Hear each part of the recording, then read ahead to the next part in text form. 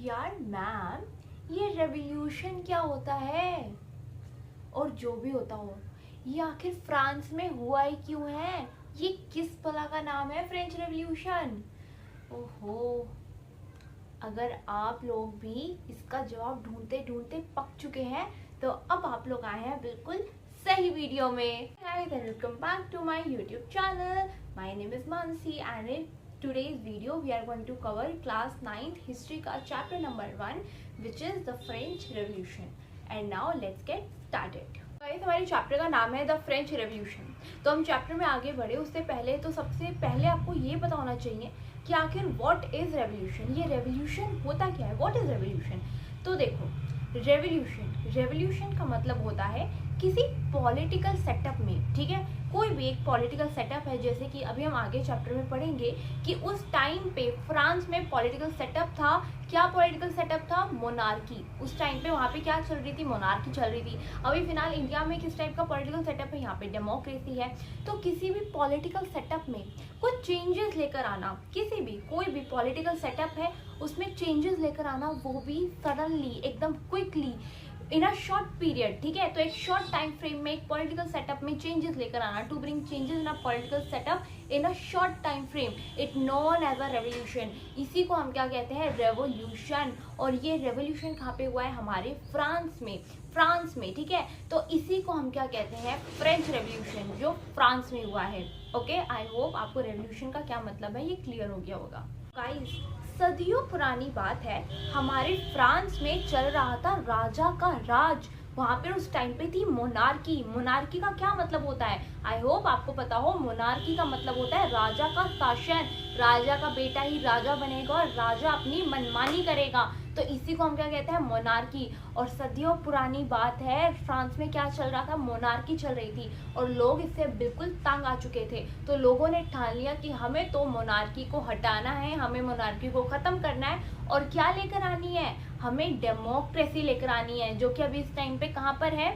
For example India में है, obviously हमारे इंडिया में है, ठीक है। तो लोगों ने ठान लिया था कि फ्रांस में जो मोनार्की है हम उसको पलट देंगे, हम मोनार्की को खत्म कर देंगे और क्या लेकर आ जाएंगे? डेमोक्रेसी। हम फ्रांस को एक रिपब्लिक बना देंगे। तो इसी चीज को जो ये ट्रांजिशन हुआ है, जो ये चेंजेस आए हैं पॉलिटिकल सेटअप में, जो चेंज आया है फ्रॉम मोनार्की टू डेमोक्रेसी, इसी को हम क्या कहते हैं? The French revolution. बहुत ज़्यादा ट्रैफिक की नॉइज़ वगैरह आ रही है, उसके लिए आई एम रियली सॉरी। लेकिन मैं अभी यहीं पे बैठ के वीडियो बना सकती हूँ, तो उसके लिए आई एम रियली सॉरी। लेकिन मैं कोशिश करूँगी कि मैं आपको बहुत अच्छे से एक्सप्लेन कर सकूँ जो भी मुझे आपको समझाना है। फ्रेंच रेवोल्यूशन है the transition from monarchy to republic, ठीक है, इन फ्रांस, जो कि फ्रांस के लोगों ने किया था। अच्छा, मैंने अभी आपको एक वर्ड बोला विच इज़ रिपब्लिक। अच्छा, रिपब्लिक का क्या मतलब होता है? आपको डेमोक्रेसी तो पता ही होगा। What is democracy? लोगों का राज, ठीक है, rule of people. What is democracy? Rule of people, वो तो होता है हमारा डेमोक्रेसी। रिपब्लिक क्या होता है? तो रिपब्लिक का गाइस देखो मतलब होता है कि हमारा जो हेड ऑफ द कंट्री है, कंट्री का हेड कौन होता है? Who is the head of the country? He is president, ठीक है, ही और शी इज प्रेसिडेंट। हमारे प्रेसिडेंट होते हैं हेड ऑफ द कंट्री। वो जब इलेक्टेड होते हैं, वो जब ऐसा नहीं होता कि प्रेसिडेंट का बेटा प्रेसिडेंट बनेगा, अब उसका बेटा प्रेसिडेंट बनेगा, नो, ऐसा नहीं होता। बल्कि उनके लिए इलेक्शंस होते हैं, लोग वोट देते हैं कि हम चाहते हैं ये हमारे हेड बने या फिर हम चाहते हैं ये हमारे हेड बने। जब head of the country is elected, इसी चीज को हम क्या कहते हैं? रिपब्लिक। गाइस, अब ये जो हमारा चैप्टर है मैंने इसको 3 पार्ट्स में डिवाइड किया हुआ है, तो अब हम इसको इसी तरह से पढ़ेंगे। सबसे पहले हमें पढ़ना है एक डेट को। आप सबसे पहले तो याद कर लो एक डेट को, which is a very very very important date, which is 14 July 1789। 14 July 1789, it's a very very important date. Okay, तो देखो हम अपने चैप्टर को 3 पार्ट्स में डिवाइड करके पढ़ेंगे, विच इज सबसे पहले तो बीच में देखो कि ऑन 14 जुलाई 1789 क्या हुआ, ठीक है, कि 14 जुलाई it's a very important date. और आपको ये याद होनी चाहिए कि 14 जुलाई 1789 के दिन क्या हुआ। और उससे पहले, फिर उसके सबसे पहले हम क्या पढ़ेंगे? प्री, ठीक है, प्री 14 जुलाई 1789 के बारे में, कि इस दिन क्या हुआ, इससे पहले क्या हुआ, और फिर यहाँ पर लास्ट में हम पढ़ेंगे पोस्ट 14 जुलाई 1789। सबसे पहले कि उससे पहले क्या हुआ, उस दिन क्या हुआ 14 जुलाई 1789 वाले दिन, और फिर उसके बाद क्या हुआ। ओके नाउ देखो, अब मैं आपको ये बताती हूँ कि जो हमारी डेट है 14 जुलाई 1789 ये आखिर इतनी इंपॉर्टेंट क्यों है। तो ये इतनी इंपॉर्टेंट इसलिए है क्योंकि इस दिन पता है क्या हुआ था। इस दिन फ्रांस के 7,000 लोग, 7,000 लोग, गाइज अगर आपको इस चैप्टर को समझना है ना, अपने दिमाग में इसकी पूरी पिक्चर छापनी है, तो मैं जो आपको जैसे जैसे एक्सप्लेन कर रही हूँ ना, आप मतलब उसको इमेजिन करो, सिर्फ सुनो मत, ठीक है। आप उसको ना इमेजिन करो कि 7,000 लोग, ठीक है, 7,000 इट्स अ ह्यूज नंबर। तो इस दिन क्या हुआ था 14 जुलाई 1789 वाले दिन 7,000 लोग in front of town hall के सामने खड़े हो गए थे जाके। टाउन हॉल क्या, जहाँ पे किंग रह रहे थे, ठीक है। तो टाउन हॉल के पास जाके खड़े हो गए थे 7,000 लोग और क्या डिमांड कर रहे थे, किंग के पास जाके खड़े हो गए थे और डिमांड कर रहे थे। उस टाइम पे फ्रांस की हालत इतनी खराब थी, ठीक है, इकोनॉमी बिल्कुल खराब हुई पड़ी थी, इसे वॉर्स ही वॉर चल रही थी, लूट पाट, हम आगे अभी अपने चैप्टर में पढ़ेंगे, ठीक है। तो टाउन हॉल के सामने जाके खड़े हो गए, उन्होंने अपनी डिमांड्स रखी किंग के सामने, लेकिन किंग ने अब उनकी डिमांड्स को डिनाई कर दिया, उनकी डिमांड्स मानने से मना कर दिया। उनकी क्या डिमांड्स थी, we will study that later. तो उनकी डिमांड्स को मना कर दिया, तो लोग उससे क्या हो गए, एकदम गुस्सा हो गए, ठीक है। वो भड़क गए कि हमारी डिमांड्स को मना कैसे कर दिया, एक तो आपसे अच्छे से रूल तो किया नहीं जा रहा, ठीक है, आपसे चीज़ें संभाली नहीं जा रही और आपने हमारी डिमांड्स को भी मना कर दिया। तो लोग भड़क गए और फिर वो जब भड़क गए तो वो पता है कहाँ पे गए, फिर वो चले गए बेस्टाइल जेल की तरफ। बहुत ही इंपॉर्टेंट जेल थी फ्रांस की, बेस्टाइल जेल, इसका नाम याद रखो आप, बेस्टाइल जेल। वो बेस्टाइल जेल के पास चले गए, ठीक है। Bastille jail actually it's a prison cum fort, यानी कि किला है जिसमें कि जिसको प्रिजन की तरह यूज किया जाता है। वहां पे बहुत सारे कैदियों वगैरह को कैद करके रखा हुआ है, बहुत सारे लोगों को कैद करके रखा हुआ है। तो लोग वहां पे चले गए बेस्टाइल जेल के यहाँ पे, और वहां पे जाके उन्होंने क्या करा, वहां पे उसको स्टॉर्म कर दिया। स्टॉर्म करना यानी कि उसको ब्रेक कर दिया, बेस्टाइल जेल को तोड़ दिया। वहां के सारे कैदी फ्री हो चुके हैं, जो भी वहां के आर्म्स एंड एम्यूनिशन से उनको लोगों ने अपने कॉमन लोग, ये जो प्रोटेस्ट है ये कौन कर रहा है, कॉमन पीपल, ठीक है, क्योंकि सबसे ज्यादा जो मुसीबत हैं इन सब चीजों की वजह से वो कॉमन मैन के ऊपर ही आती हैं। तो कॉमन लोगों ने क्या किया, प्रोटेस्ट किया, 7,000 लोगों ने मिलके किंग के खिलाफ प्रोटेस्ट करें, उन्होंने अपनी डिमांड्स रखी, किंग ने लेकिन उनकी डिमांड्स को डिनाई कर दिया। फिर वो कहाँ पे चले गए, बेस्टाइल जेल के यहाँ पे चले गए। वहां पे जाके दे स्टॉर्म द बेस्टाइल जेल, यानी कि बेस्टाइल जेल को जाके तोड़ दिया, वहां के कमांडर को मार दिया, सारे प्रिजनर्स भाग गए, वो फ्री हो चुके हैं सारे। अब आर्म्स एंड एम्यूनिशंस उनके अब हिफाजत में आ गए हैं, किनके, उन्होंने उस पर कब्जा कर लिया है, किन्होंने, उन 7,000 लोगों ने, उन कॉमन पीपल ने। So it's a very very very very important incident जो कि हुआ था 14 जुलाई 1789 वाले दिन, the storming of Bastille jail. ये आपकी बुक में भी मेंशन है, the storming of Bastille jail. तो ये जो इवेंट है, इतना भयंकर जो इवेंट है, जो कि 7,000 लोगों ने मिलके किया, ठीक है, पूरा का पूरा जेल तोड़ डाला, इतने सारे जो प्रिजनर्स थे, कैदी थे, उनको बाहर निकाल दिया। आखिर ये हुआ क्यों, इसका रीजन क्या था? देखो कुछ ना कुछ तो रीजन होगा ना, ठीक है। अब देखो अगर हमें इसका रीजन जानना है ना कि 14 जुलाई 1789 वाले दिन जो ये हुआ, जो इतना भयंकर इंसिडेंट हुआ, कमांडर मार दिया बेस्टाइल जेल का, किंग के खिलाफ वो प्रोटेस्ट कर रहे हैं, किंग ने डिमांड्स मानने से मना कर दिया, आखिर ऐसी क्या डिमांड थी उनकी? तो ये जानने के लिए हमें जाना होगा थोड़ा सा फ्लैशबैक में जाना होगा, और हमें जानना होगा कि 14 जुलाई 1789 से पहले क्या हुआ। तो अब हम आ चुके हैं फ्लैशबैक में। तो अब देखते हैं कि 14 जुलाई 1789 से पहले आखिर ऐसी क्या खिचड़ी पक रही थी कि उस दिन इतना ज्यादा भयंकर इंसिडेंट हुआ। तो देखो हमारे फ्रांस के किंग थे, ठीक है, और उन किंग का क्या नाम था, लुइस 16। तो हमारे फ्रांस में मोनार्की चलती थी, वहां पे किंग का राज चलता था, और हमारे किंग का उस टाइम पे नाम था लुइस 16। अब हमारे लुइस 16 कौन सी फैमिली, कौन सी बिरादरी से बिलोंग करते थे, तो बर्बन फैमिली से। अब बर्बन बिस्किट भी है ना एक, उससे याद रख लो। तो बर्बन फैमिली से हमारे लुइस 16 बिलोंग करते थे, और कुछ टाइम बाद इनकी जो शादी है वो हो जाती है किससे, मैरी एंटियोनेट से। मैरी एंटियोनेट, आप इसको नाम याद रखो, Marie Antoinette, it's very important. Louis 16 Bourbon family से बिलोंग करते हैं, उनकी शादी होती है किससे, मैरी एंटियोनेट से। और मैरी एंटियोनेट कहाँ की थी, ऑस्ट्रिया की। कहाँ की, ऑस्ट्रिया की। और गाइस मैं तुम्हें एक इंटरेस्टिंग बात बताती हूँ, अभी हम आगे आने वाले चैप्टर्स में पढ़ेंगे कि एक ऐसा इंसिडेंट आएगा जब लुई 16 खुद ऑस्ट्रिया पे हमला कर देंगे, यानी वो खुद अपनी ससुराल पे हमला बोल देंगे, ठीक है। तो it's a very very interesting incident, तो आप लोग बने रहना, ठीक है, एंड तक। ओके, तो लुई 16 की शादी होती है मैरी एंटोनेट से, जो कि कहाँ की है, ऑस्ट्रिया की। तो अब तक हमने देखा कि हमारे लुई 16 फ्रांस के राजा हैं और मैरी एंटोनेट से उनकी शादी हो गई है, जो कि कहाँ की है, ऑस्ट्रिया की। अब देखो, अब 1774 की बात है, कहाँ की, कब की, 1774 की, और इस टाइम पर भी लुई 16 का ही राज चल रहा है फ्रांस में, ठीक है। अब देखो, इस टाइम पे पता है क्या होता है, 1774 में हमारा फ्रांस बैंकक्रप्सी की ओर बढ़ रहा है। बैंकक्रप्सी क्या होता है, ये बैंकक्रप्सी का मतलब होता है कंगाल होना, कंगाली की तरफ बढ़ रहा है। इस टाइम पे 1774 में हमारा फ्रांस बैंकक्रप्सी की ओर यानी कंगाली की तरफ बढ़ रहा है, कंगाल होता जा रहा है। सरकार के खर्चे बढ़ते ही बढ़ते जा रहे हैं, पैसा एकदम पानी की तरह बस बह ही जा रहा है, निकले ही जा रहा है, ठीक है। अब देखो, इतना सब कुछ अगर हो रहा है, हमारा फ्रांस कंगाल हो रहा है, तो इसके कुछ रीजंस होंगे, कुछ इंपॉर्टेंट रीजंस होंगे। ऐसा थोड़ी है कि लुई 16 आई इतना मनुष्य कि अपने आप ही बैंकक्रप्ट हो गया हमारा फ्रांस, नहीं, ऐसा नहीं है, ठीक है। इतने भी मनुष्य नहीं है वो, मतलब है। अब हम उसके रीजंस तो देख ले क्यों है, चलो। तो देखो, देयर आर मेनली 5 रीजंस कि हमारा जो फ्रांस है वो 1774 में बैंकक्रप्सी की ओर क्यों बढ़ रहा था। तो सबसे पहले तुम्हारा रीजन है वही जो हमारी फ्रांस को सबसे ज्यादा पसंद है उस टाइम पे करना। क्या पसंद था, सबसे ज्यादा वॉर्स। भाई इतनी वॉर्स लड़ता था, जब देखो कभी यहाँ वॉर कभी वहां वॉर, इतनी वॉर्स लड़ी इसने। और जब भी कोई कंट्री वॉर लड़ती है तो क्या होता है, ऑब्वियसली यार एक्सपेंडिचर बढ़ते हैं, कहीं डिफेंस में, आर्म्स एंड एम्यूनिशन में, आर्मी में, तो बहुत ज्यादा सरकार के एक तो इस चीज में खर्चे बढ़ गए, ठीक है। अब जब वो वॉर्स लड़ रहे हैं तो एक तो इसमें खर्चे बढ़ गए।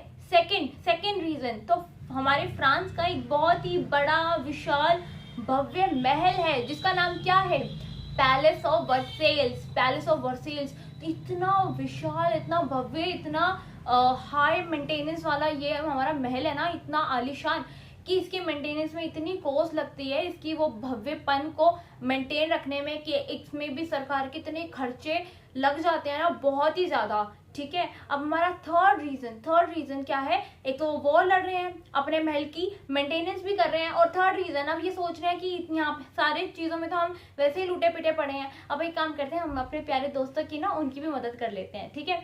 यार दोस्तों की मदद बाद में करनी चाहिए, पहले खुद की मदद करनी चाहिए, ठीक है। अब यहाँ पे थर्ड रीजन पता है क्या हो रहा है, ये अमेरिकन कॉलोनीज की मदद करने पहुंच गए हैं। तो इस टाइम पे हमारी कुछ अमेरिकन कॉलोनीज थी जो कि दूसरी कंट्री के अंडर कंट्रोल में थी, कब्जे में थी, ठीक है। तो ये उसकी मदद करने चले जाते हैं, वहां पे भी वॉर्स लड़ रहे हैं ये लोग जाके, तो वहां पे एक अलग से एक्सपेंडिचर इनका बढ़ गया।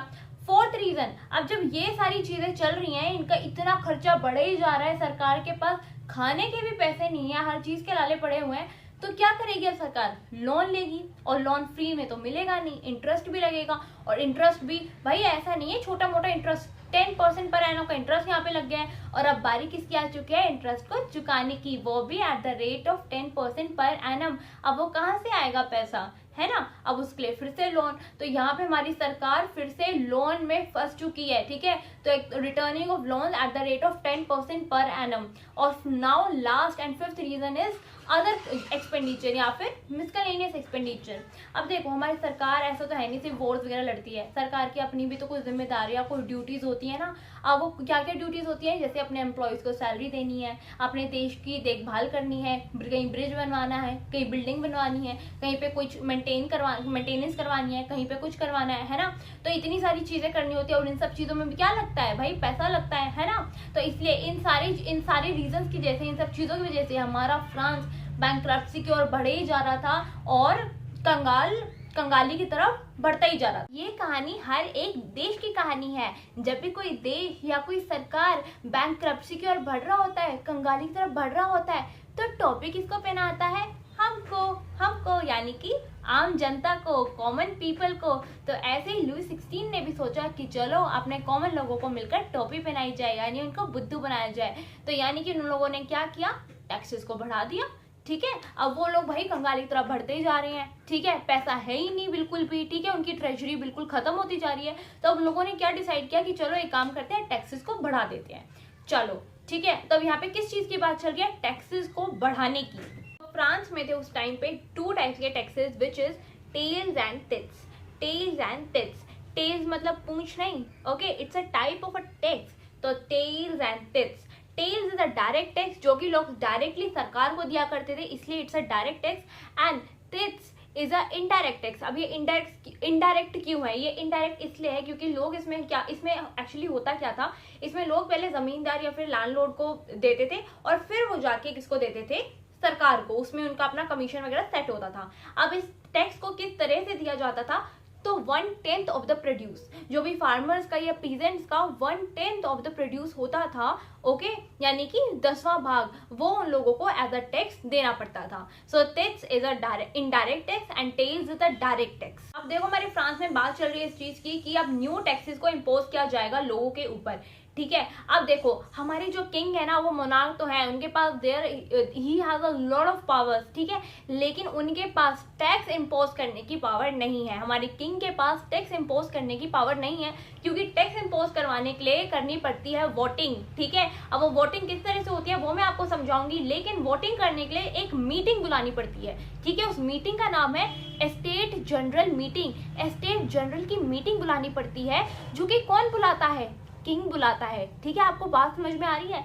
किंग के पास पावर नहीं है टैक्स को इम्पोज करने की। किंग टैक्स को डायरेक्टली इम्पोज नहीं कर सकता कि यार किंग ने कहा, मोनार्क ने कहा कि जाओ जाके टैक्स को इम्पोज कर दो, लोगों पे थोप दो टैक्स, ऐसा नहीं कर सकता किंग। उसके लिए वोटिंग करवानी पड़ेगी, और वोटिंग कराने के लिए पहले एक मीटिंग बुलानी पड़ेगी, विच इज एस्टेट जनरल की मीटिंग। तो किंग के पास इम्पोज करने की पावर नहीं है, लेकिन मीटिंग बुलाने की पावर किंग के पास ही है, ठीक है। तो किंग के पास एक पावर है कि वो मीटिंग को बुला सकते हैं, लेकिन डायरेक्टली टैक्स को इम्पोज नहीं कर सकते।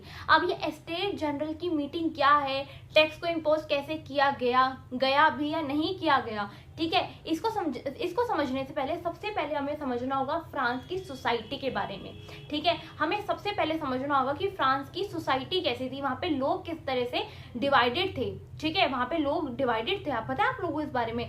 तो अब वो लोग किस तरह से डिवाइडेड थे, ये चीज अब हमें पहले समझनी होगी। हमारे फ्रांस की जो सोसाइटी है, it is divided into 3 parts. ये 3 पार्ट्स में डिवाइडेड है, first part, second part, third part. और ये जो पार्ट है ना, ये फ्रांस वाले इसको एस्टेट बोलते हैं। तो आप इसको इस तरह से याद कर सकते हो कि 3 पार्ट्स में डिवाइडेड है, लेकिन फ्रांस वाले इसको एस्टेट बोल देते हैं। तो हमारी फ्रांस की सोसाइटी 3 पार्ट्स या फिर 3 एस्टेट्स में डिवाइडेड है, first estate, second estate and third estate. Now हमारी फ्रांस क्योंकि 3 एस्टेट्स में डिवाइडेड थी, तो फर्स्ट एस्टेट में आते थे क्लर्जी लोग। क्लर्जी लोग कौन? जो कि चर्च में रहते हैं। ये लोग सबसे ज्यादा प्रेस्टिजियस और बहुत ज्यादा अमीर वन में से आते थे फ्रांस की सोसाइटी में, तो इसलिए ये थे नंबर 1 एस्टेट में, ठीक है। तो फर्स्ट एस्टेट में आते थे क्लर्जी, जो कि कहाँ पे रहते थे? चर्च में, ठीक है, चर्च के जैसे जो पुजारी वगैरह है। सेकेंड एस्टेट में आते थे किंग्स एंड मिनिस्टर्स, जो किंग्स हैं यहाँ के, मिनिस्टर्स वगैरह है, वो सब किस में आते थे? सेकेंड एस्टेट में। और ये कौन थे? नोबिलिटी, इनका दूसरा नाम नोबिलिटी भी था, और ये लोग किस में आते थे? सेकेंड एस्टेट में। और ये जो दोनों ग्रुप्स थे ना, फर्स्ट एंड सेकेंड एस्टेट, ये थे अमीरों वाले ग्रुप्स में, ठीक है। बेसिकली अडानी अंबानी वाला ग्रुप था, ठीक है, जिसमें थे सारे अमीर लोग, चर्च के पुजारी, किंग्स एंड मिनिस्टर्स, ठीक है। तो क्लर्जी एंड नोबिलिटी। और थर्ड एस्टेट में आते थे हम जैसे कॉमन लोग, कॉमन पीपल, ठीक है। तो सारे जितने भी कॉमन पीपल हैं, पीजेंट्स हैं, फार्मर्स हैं, वर्कर्स वगैरह हैं, ये सब सर्वेंट्स हैं, ये सब लोग किस में आते थे? थर्ड एस्टेट में, जो कि है common people. Okay, I hope यहाँ तक क्लियर है। तो first estate is clergy, second is nobility and third is common people, which is third estate. हम नाउ देखो, क्योंकि हमारे फर्स्ट एंड सेकंड स्टेट वाले थे थोड़े अमीर वाले ग्रुप्स, ठीक है। अब जैसे शुरू से ही हमेशा हर एक सोसाइटी में अमीरों को थोड़े एक्स्ट्रा प्रिविलेजेस मिले जाते हैं, थोड़ी एक्स्ट्रा उनको विशेष अधिकार मिले जाते हैं, ऐसे यहाँ पे था, सेम, कुछ चेंज थोड़ी होता है। तो वैसे फर्स्ट एंड सेकंड एस्टेट वालों के पास थे बर्थ प्रिविलेजेस, यानी पैदाइशी प्रिविलेजेस थे उनके पास। क्या पैदाइशी प्रिविलेजेस थे? दे डोंट हैव टू पे एनी टैक्सेस। उनके पास क्या शानदार प्रिविलेज है यार, तुम पैदा हो जाओ नोबिलिटी या क्लर्जी में और टैक्सेस से छुटकारा, जिंदगी भर टैक्सेस से छुटकारा। तो फर्स्ट एंड सेकंड एस्टेट के लोगों के पास थे बर्थ प्रिविलेजेस, जिसमें ये बहुत ज्यादा इंपॉर्टेंट प्रिविलेज है कि वो टैक्स से वो उनको छुटकारा मिला हुआ था, दे डोंट हैव टू पे टैक्सेस। तो ये था उनका वन ऑफ द प्रिविलेज। लेकिन ये प्रिविलेज क्या थर्ड एस्टेट के पास था? नहीं, उनके पास they had no any privileges. तो फर्स्ट एंड सेकंड एस्टेट के पास प्रिविलेजेस थे that they don't have to pay any taxes, लेकिन थर्ड एस्टेट को सारे टैक्सेस पे करने पड़ते थे और उन्हीं को पे करने पड़ते थे, ठीक है। अब अगर हम बात करें लैंड की और पॉपुलेशन की, तो देखो अगर हम पॉपुलेशन की बात करें, हमारे फ्रांस में जो 90% पॉपुलेशन थी जो सोसाइटी थी, जो लोग थे जो भरे हुए थे, वो थे थर्ड एस्टेट के लोग। तो सबसे ज्यादा 90% पॉपुलेशन में कौन लोग थे? हमारे थर्ड एस्टेट के लोग थे। और अगर मैं लैंड की बात करूं तो इनके पास लैंड थी ओनली 30%। 90% लोग और लैंड कितनी? सिर्फ 30%। और on the other hand first and second estate के लोग, अगर हम अमीरों की बात करें तो ये गिनती में से सिर्फ 10%, सिर्फ 10%। और लैंड 60% लैंड पे ये लोग अपना कब्जा करके बैठे थे। ठीक है, तो यहाँ पे आप लोग देख सकते हो कितना ज्यादा यहाँ पे एक तो डिस्क्रिमिनेशन भी चल रहा है और ऊपर से प्रिविलेजेस भी हैं किनके पास? फर्स्ट एंड सेकेंड एस्टेट के पास। लेकिन third estate had no any privileges. तो गाइज अब तक हमने समझा कि फ्रांस की सोसाइटी किस तरह से डिवाइडेड थी into 3 parts, first estate, second estate and third estate.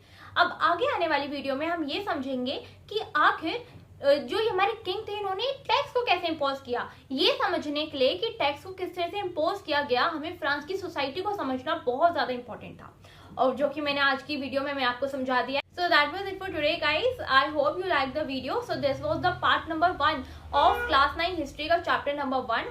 मैं धीरे धीरे, ठीक है, कुछ ही पार्ट्स में जल्दी से इस चैप्टर को कंप्लीट कर दूंगी और इसके मेरे हैंड रिटन नोट्स भी आपको लिंक में मिल जाएंगे।